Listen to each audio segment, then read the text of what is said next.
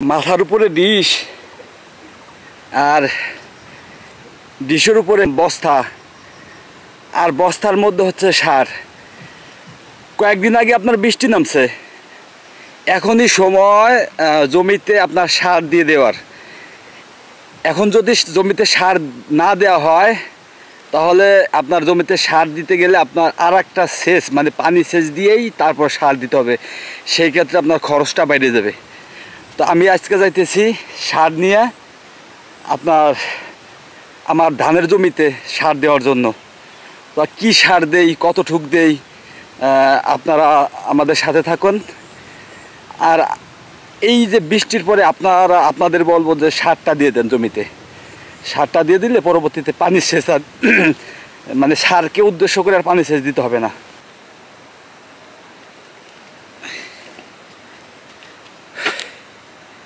আমরা সার নিয়ে আমাকে যে ধানের বইতে চলে আইছি। এটা আপনার এটা হলো ইউরিয়া সার আনছি। এখন কয়েকদিন আগে বৃষ্টি হয়েছে, তো এখন হলো ইউরিয়াটা সারটা দিলে আপনার জমির ধানগুলো দেখতে দেখতে আপনার বড় হয়ে যাবে গা। তা আমাদের এখানে আপনার এইটা মিলিয়ে আপনার 14 কাঠা জমি আছে। 14 কাঠা জমিতে আমরা 14 কেজি সার আনছি। মানে এটা যেহেতু আপনার ধানের বই মানে আপনার ছিল আগে আপনার পিএস ছিল, তো পিএজের জমিতে কিন্তু পর্যাপ্ত পরিমাণ আপনার সার দেওয়া হয়। তো এই জন্য আমরা এই ধানের এখন যে ধান রোপণ করছি সারটা একটু কম দিব।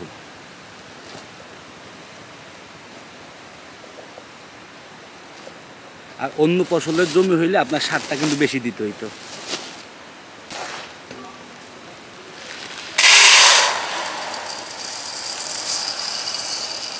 এক বস্তায় করে আপনার 14 কেজি সার নিয়েছি, 2টা জমিতে দিতে হবে।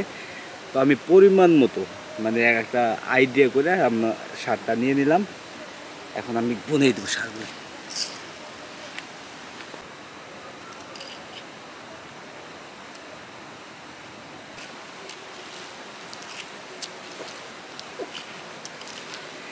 আল্লাহ এত বৃষ্টি দিছে যে দেখেন পাও পর্যন্ত ডাইবে যাওয়া লাগছে। তো এইটা হলো ইউরিয়া সার। এই জমিতে আগে আমাকে আপনার পিএস ছিল, তো পিএজের জমির কারণে আমরা সারটার পরিমাণ একটু কম দিতেছি। যেহেতু পিএজে কিন্তু পর্যাপ্ত পরিমাণ সার আপনার দেওয়া হয়, বিভিন্ন পদের ইউরিয়া, পটাশ, সব ডিআইপি সব দেওয়া হয়।